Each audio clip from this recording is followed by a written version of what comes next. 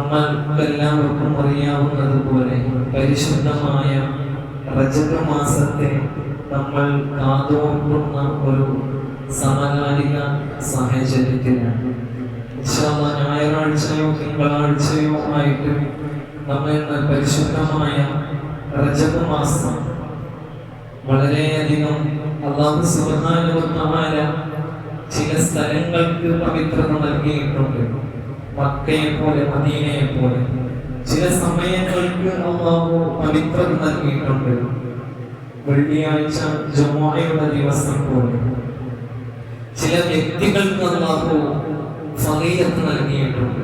അഷ്റഫുൽ ഖൽഖ് മുഹമ്മദ് മുസ്തഫ സല്ലല്ലാഹു അലൈഹി വസല്ലം തങ്ങൾ. എന്നാൽ മാസങ്ങളിലും അല്ലാഹു സുബ്ഹാനഹു വ തആല പവിത്രത നൽകി. അതിനെ എടുത്തു പറഞ്ഞ പവിത്രമായ മാസങ്ങളിൽപ്പെട്ട മാസങ്ങളാണ് റജബ് മാസവും അതുപോലെ ശഅബാൻ മാസവും റമദാൻ മാസവും ദുൽഹിജ്ജ മാസവും. അതിനെ നമുക്ക് ഇങ്ങനെ വായിക്കാം: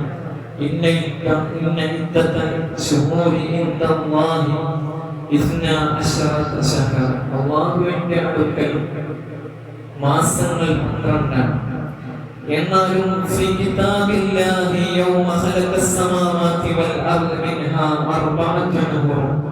അതിൽ 4 മാസം വളരെ പവിത്രവും മഹത്വവും മനോഹരവും പ്രതിഫലാർഹവുമാണെന്നാണ് അല്ലാഹുവിന്റെ വിശുദ്ധമായ ഖുർആൻ പറയുന്നത്. നമുക്കറിയാം, അതുകൊണ്ട് റജബ് നമ്മുടെ മുന്നിൽ സമാഗതമായിരിക്കുകയാണ്. നമുക്ക് ചെയ്യാനുള്ളത് ആ റജബിനെ ആവുന്നത് പോലെ വരവേൽക്കാൻ നാം സുസജ്ജരാവുക എന്നുള്ളതാണ്.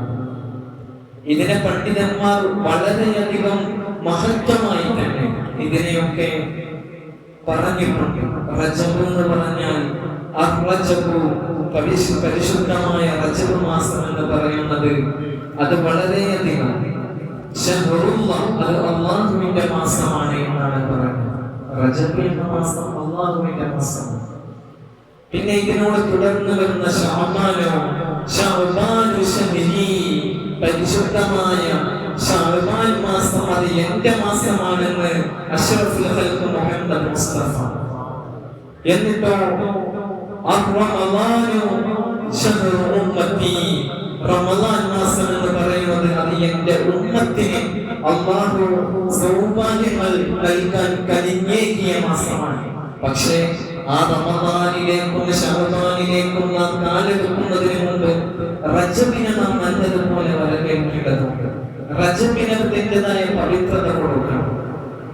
അല്ലാഹുവിന്റെ മഹത്വമായ മാസങ്ങളിൽ പ്രഥമവും പ്രാധാന്യവും വളരെയധികം മഹത്വം കൽപ്പിച്ച ഈ പ്രധാന മാസങ്ങളിൽ റജബിനെ നമ്മൾ വായിക്കുമ്പോൾ ആ റജബിനെ നല്ലതുപോലെ നമ്മൾ വരവേൽക്കണം. നമുക്കറിയാം, ഒരു കൃഷി ചെയ്യുമ്പോൾ അതിന് നമ്മൾ ആദ്യം വിത്തിറക്കുന്നതിന് വേണ്ടി കാർമേഘങ്ങളെ കാത്തിരിക്കും. ആ കാർമേഘങ്ങൾ പോലെയാണ് പരിശുദ്ധമായ റജബ് മാസം എന്ന് പണ്ഡിതന്മാർ പറയുന്നുണ്ട്.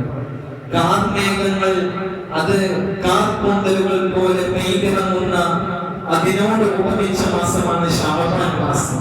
എന്നിട്ടോ അങ്ങനെ ആ റജബിലും ശഅബാനിലും നാം അല്ലാഹുവിനോട് നിരന്തരം ഇബാദത്തുകളിൽ മുഴുകി ആ ഇബാദത്തിന്റെ കർമ്മം നമ്മൾ കൊയ്യുന്ന മാസമാണ് പരിശുദ്ധമായ റമദാൻ.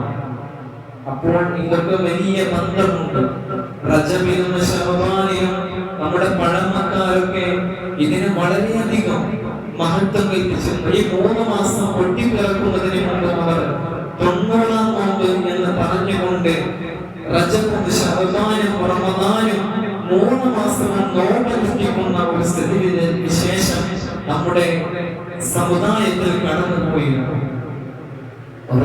റമദാനിലാണ് അല്ലാഹു സുബ്ഹാനഹു വ തആല നോമ്പ് നിർബന്ധമാക്കിയതെങ്കിലും അതിനു മുന്നോടിയായുള്ള ഈ റജബിലും ശഅബാനിലും അല്ലാഹുവിന്റെ ആ പവിത്രമായ റമദാനിനെ വരവേൽക്കുന്നതിന്റെ ഭാഗമായി നോമ്പനുഷ്ഠിച്ചിരുന്നതായി നമുക്ക് ചരിത്രങ്ങളിൽ ഇന്നലകളുടെ ചരിത്ര സംഹിതകൾ പരിശോധിച്ച് നോക്കിയാൽ മനസ്സിലാവും.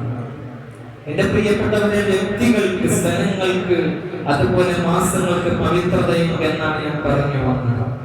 നോക്കൂ, നിങ്ങൾ മഹാനായ ഇബ്നു അബ്ബാസ് റളിയല്ലാഹു അൻഹു റഈസുൽ മുഫസ്സിരീൻ എന്ന് സമൂഹം മുഴുവൻ ഉദ്ഘോഷിച്ച അസ്ഹാബുകൾ ആദരിച്ച വ്യക്തിയാണ് മഹാനായ റഈസുൽ മുഫസ്സിരീൻ ഇബ്നു അബ്ബാസ് റളിയല്ലാഹു അൻഹു. മഹാനായ ഇബ്നു അബ്ബാസ് റളിയല്ലാഹു അൻഹു അദ്ദേഹം മക്കയിലാണ് അദ്ദേഹത്തിന്റെ സ്വദേശം ആയിരുന്നുവെങ്കിലും മക്കക്കാരനായിരുന്നു. പക്ഷേ അദ്ദേഹം അവിടെ അല്ലാഹുവിന്റെ ഇബാദത്ത് ചെയ്യുമ്പോൾ ഒരുപാട് പ്രതിഫലമുണ്ട്, ശരിയാണ്. പക്ഷേ മഹാനായ ഇബ്നു അബ്ബാസ് റളിയല്ലാഹു അൻഹു മക്കയിൽ നിന്ന് വിട്ടുപോയി ത്വായിഫിലെ റുക്ന എന്ന് പറയുന്ന സ്ഥലത്താണ് അദ്ദേഹം താമസമാക്കിയിരുന്നത്.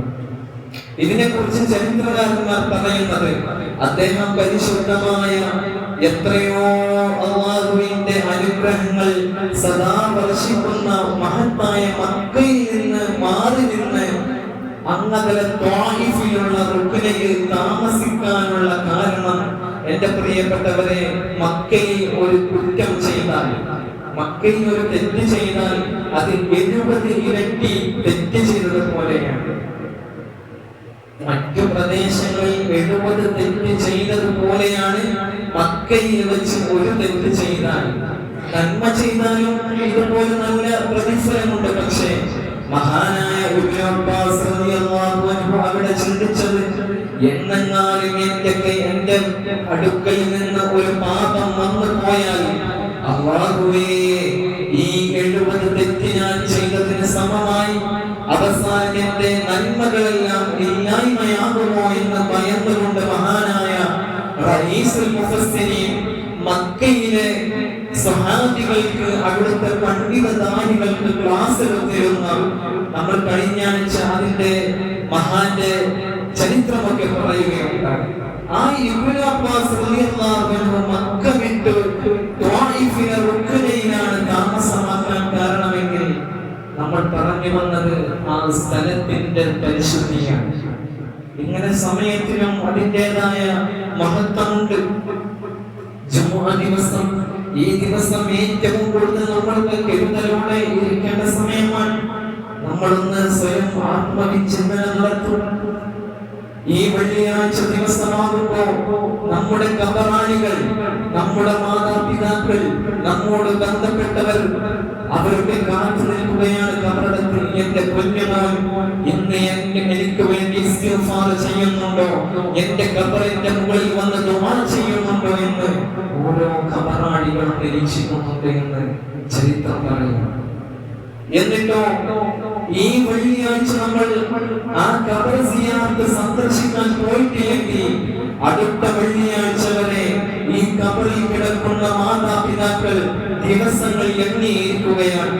ഇനി അടുത്ത വെള്ളിയാഴ്ച എങ്ങാനും വരുമോ, അടുത്ത വെള്ളിയാഴ്ച എങ്ങാനും നമ്മുടെ ഖബറിന്റെ മുകളിൽ, ഈ മൈലാഞ്ചി ചെടിയുടെ മുകളിൽ ദുആ ചെയ്യാൻ ഞാൻ ലാളിച്ചു വളർത്തിയ, സ്നേഹിച്ചു വളർത്തിയ, പൊന്നുപോലെ വളർത്തിയ പൊന്നുമോൻ കടന്നു വരുമോ എന്ന് ആ ഖബറിൽ കിടക്കുന്ന പിതാവും മാതാവും ഓരോ വെള്ളിയാഴ്ച കഴിയുമ്പോഴും അടുത്ത വെള്ളിയാഴ്ച വരെ ഓരോ ദിവസവും എണ്ണിയിരിക്കുമെന്ന് നമ്മുടെ ചരിത്രം പറയുകയാണ്.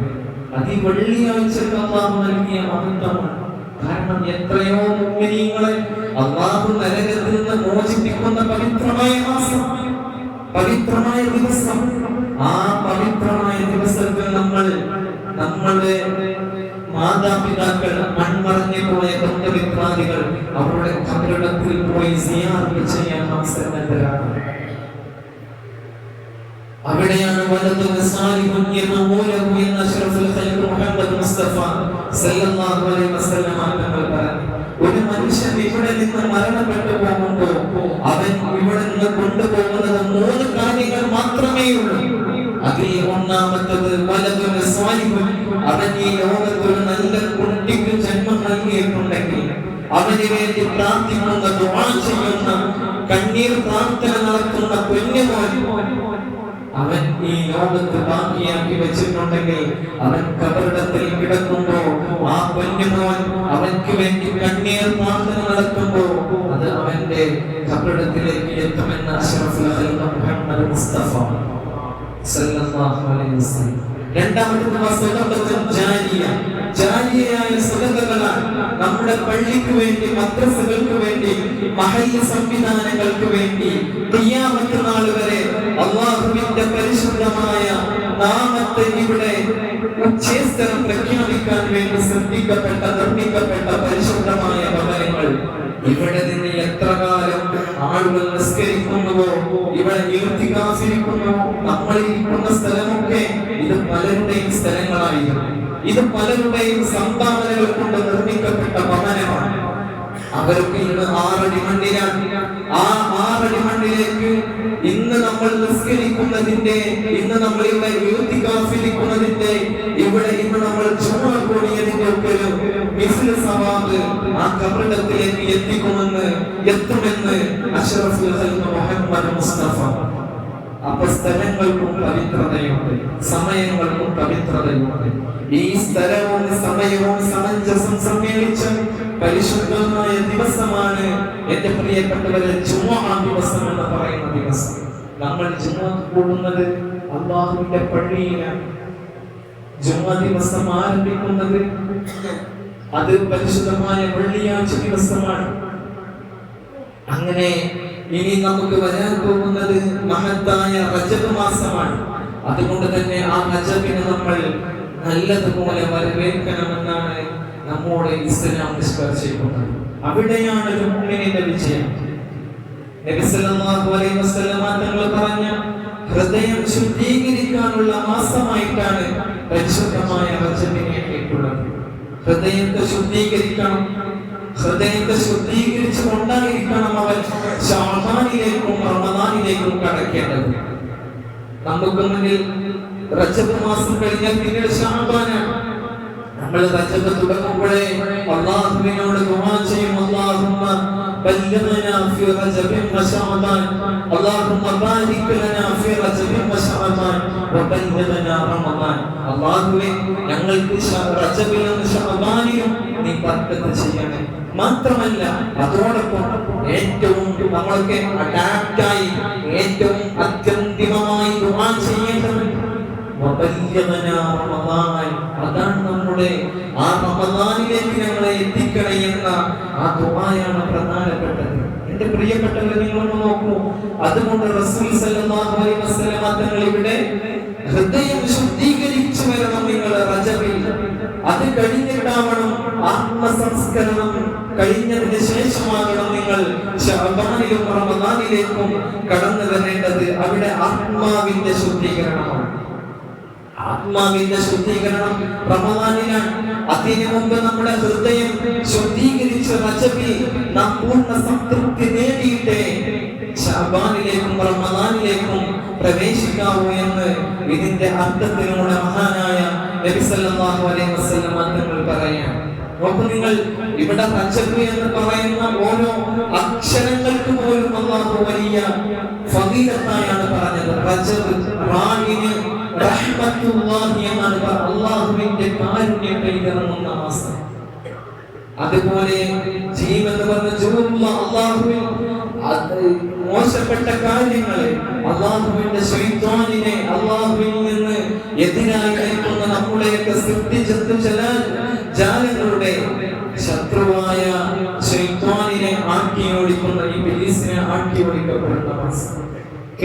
പിന്നീട് നമുക്ക് അല്ലാഹുവിന്റെ നന്മ വർഷിക്കുന്ന റജബിലെ വായന സൃഷ്ടിക്കും.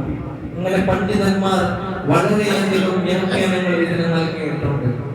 അതുപോലെ മറ്റൊരു സംഹിതയിൽ പറയുന്നുണ്ട്, റജബ് എന്ന് പറഞ്ഞാൽ ഇത് കാർമേഘം പോലെ നമ്മുടെ അന്തരീക്ഷത്തിൽ തളം കെട്ടി നിൽക്കുന്നതാണ്. പിന്നീടോ ശഅബാനിൽ ഇത് കൊടുങ്കാറ്റ് പോലെ ഈ കാറ്റിനെ മഴ വർഷിപ്പിക്കുമാറ് ഇതിനെ സഹായിക്കുകയും പിന്നീട് റമദാനിൽ ഈ മഴയായി പെയ്യുമ്പോൾ അതിൽ നിന്ന് നമ്മൾ വിളവെടുക്കുകയും ചെയ്യുന്നു എന്നാണ് പണ്ഡിതന്മാർ പറയുന്നത്. അതുകൊണ്ട് എന്റെ പ്രിയപ്പെട്ട സഹോദരങ്ങളെ, ഈ 3 മാസങ്ങളുടെയും പ്രഥമവും നമ്മുടെ മുന്നിലേക്ക് ആഗതമാകാനിരിക്കുന്ന ഈ റജബിനെ നമ്മൾ നല്ലതുപോലെ വരവേൽക്കേണ്ടതുണ്ട്. നബി സല്ലല്ലാഹു അലൈഹി വസല്ലം തങ്ങൾ പറയുന്നുണ്ട്, റജബിൽ ഒരാൾ ഒരു നോമ്പ് നോറ്റാൽ അത് റജബിൽ 27 അഭിപ്രായമുണ്ട്. എന്നിരുന്നാലും റജബിൽ ഒരാൾ നോമ്പ് നോറ്റാൽ സ്വർഗ്ഗത്തിൽ നിന്നുള്ള ഒരു മനോഹരമായ നദി, പാലിനേക്കാൾ വെളുപ്പുള്ള, തേനിനേക്കാൾ മധുരമുള്ള, ഐസിനേക്കാൾ വളരെ തണുപ്പും ഉള്ള ഒരു നദിയെ അല്ലാഹു സുബ്ഹാനഹു വ തആല ആ മനുഷ്യനെ സ്വർഗ്ഗത്തിൽ ഒഴുക്കി കൊടുക്കുമെന്ന് ചരിത്രം പറയുന്നുണ്ട്. മാത്രമല്ല മറ്റൊരു ഭാഗത്തിന്റെ ഫളീലത്തായി പറയുന്നത് റജബിൽ ഒരാൾ നോമ്പനുഷ്ഠിച്ചാൽ 1 വർഷം നോമ്പെടുത്ത കൂലിയാണ്. 1 വർഷം നോമ്പെടുത്ത കൂലി. ഇതൊക്കെ റജബ് 27 അന്നാണെന്ന് പ്രബല അഭിപ്രായമുണ്ട്. എങ്കിലും എന്റെ പ്രിയപ്പെട്ട സഹോദരങ്ങളെ, റജബിനെ അല്ലാഹു നൽകിയ കരുതലാണ്. മറ്റൊന്ന് പറയുന്നത്, ആരെങ്കിലും 7 ദിവസം റജബിൽ 7 ദിവസം നോമ്പനുഷ്ഠിച്ചാൽ അല്ലാഹു സുബ്ഹാനഹു വ തആല അവർക്ക് സ്വർഗ്ഗത്തിന്റെ 8 കവാടങ്ങളും തുറന്നു കൊടുക്കുമെന്നാണ്. അപ്പോൾ അവൻക്ക് ഉദ്ദേശിക്കുന്ന കവാടത്തിലൂടെ സ്വർഗ്ഗമീയമെന്ന ആരാമത്തിലേക്ക് പ്രവേശിക്കാമെന്നാണ് പറയുന്നത്. അതുപോലെ മറ്റൊരു ശ്രേഷ്ഠതയായി പറയുന്നത്, റജബിൽ 70 ഇരട്ടി പ്രതിഫലമാണ്. ഒരു നന്മ ചെയ്താൽ, റജബ് മാസത്തിൽ ഒരാൾ ഒരു നന്മ ചെയ്താൽ അത് 70 ഇരട്ടി പ്രതിഫലം. അത് ശഅബാനിലാകുമ്പോൾ അത് 700 ഇരട്ടിയായി അല്ലാഹു വർദ്ധിപ്പിച്ചു കൊടുക്കും. പിന്നെയോ അങ്ങനെ റമദാൻ മാസത്തിലേക്ക് അവൻ കടന്നു വന്ന് ആ പരിശുദ്ധമായ റമദാനിലാണ് അവൻ ഒരു നന്മ ചെയ്യുന്നതെങ്കിൽ അത് 7000 പ്രതിഫലമായി അല്ലാഹു അവന്റെ ഹസനത്തിനെ അധികരിപ്പിച്ചു കൊടുക്കുമെന്ന് ഇസ്ലാമിന്റെ പരിശുദ്ധമായ ഗ്രന്ഥങ്ങൾ നമ്മെ പഠിപ്പിക്കുകയാണ്. ഇതിനു മുന്നിലൊക്കെ നമുക്ക് വേണ്ടത് നമ്മൾ മുൻകരുതലെടുക്കലാണ്. നമ്മളൊരു തീരുമാനമെടുക്കണം. ഇന്ന് മുതൽ ഞാൻ തുടങ്ങും, ഇന്ന് മുതൽ ഈ പരിശുദ്ധമായ റജബ് മാസത്തെ വരവേൽക്കാൻ ഞാൻ ഒരുങ്ങുമെന്നാണ്. അബ്ദ് എന്ന് പറയുമ്പോൾ തന്നെ അതിനെ പണ്ഡിതന്മാർ പലവിധ അർത്ഥങ്ങൾ നൽകിയിട്ടുണ്ട്. അബ്ദ് എന്ന് പറയുന്നതിന് അവൻ എപ്പോഴും ഒരു കാര്യം ആരംഭിക്കുമ്പോൾ കരുതി വെക്കണം. നമ്മൾക്ക് പലരും തീരുമാനിക്കും, പ്ലാൻ ചെയ്യാറുണ്ട്, പക്ഷേ അതൊന്നും നടക്കാറില്ല എന്നുള്ളതാണ്.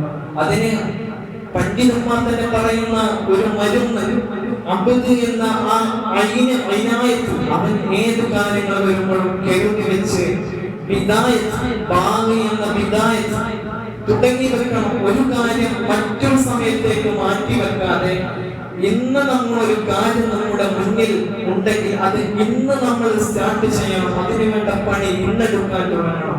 മറ്റൊരു സമയത്തേക്ക് മാറ്റി വെക്കരുത്. എന്നിട്ടോ അത് നിത്യമാക്കി കൊണ്ടുപോകണം. ഇന്നൊരു കാര്യം തീരുമാനിച്ചാൽ വിനായത്തിലൂടെ കരുതി വെച്ച് വിനായത്തിൽ ചെയ്ത് അത് തുടക്കം വെച്ച് അത് ദവാമായി നമ്മൾ നിത്യമാക്കുമ്പോൾ ഇൻഷാ അല്ലാഹ് അതിന്റെ ഫലം നമുക്ക് ലഭിക്കും. അത് നമുക്ക് കരുതമാക്കാൻ കഴിയുമെന്നാണ് പണ്ഡിതന്മാർ പഠിപ്പിക്കുന്നത്. അബ്ദ് എന്നതിന്റെ ഐനിനും ബായിനും ദാലിനും നൽകിയ 3 നിർവചനങ്ങളാണ്. ഈ 3 കാര്യങ്ങളും നമ്മൾ ശ്രദ്ധിക്കേണ്ടതാണ്. ഇത് ഏത് വിഷയങ്ങളിലും, ഈ നമ്മുടെ ദീനിപരമായ മതഭൗതിക വിഷയങ്ങളിലൊക്കെ നമ്മൾ ചെയ്യേണ്ട സൈക്കോളജിസ്റ്റുകളൊക്കെ മോട്ടിവേഷനുകളിൽ പറയുന്ന കാര്യമാണിത്. മറ്റൊരു സമയത്തേക്ക് നമ്മൾ മാറ്റിവെക്കാതെ ഇന്ന് നമ്മൾ അത് ആരംഭിക്കുമ്പോഴാണ് അതിന് നമ്മുടെ ആർജവത്തോടെ ആ ജീവിതത്തിൽ നമ്മുടെ ലക്ഷ്യം സ്ഥാപിക്കാനുള്ള മുന്നൊരുക്കം ഉണ്ടാവുകയുള്ളൂ.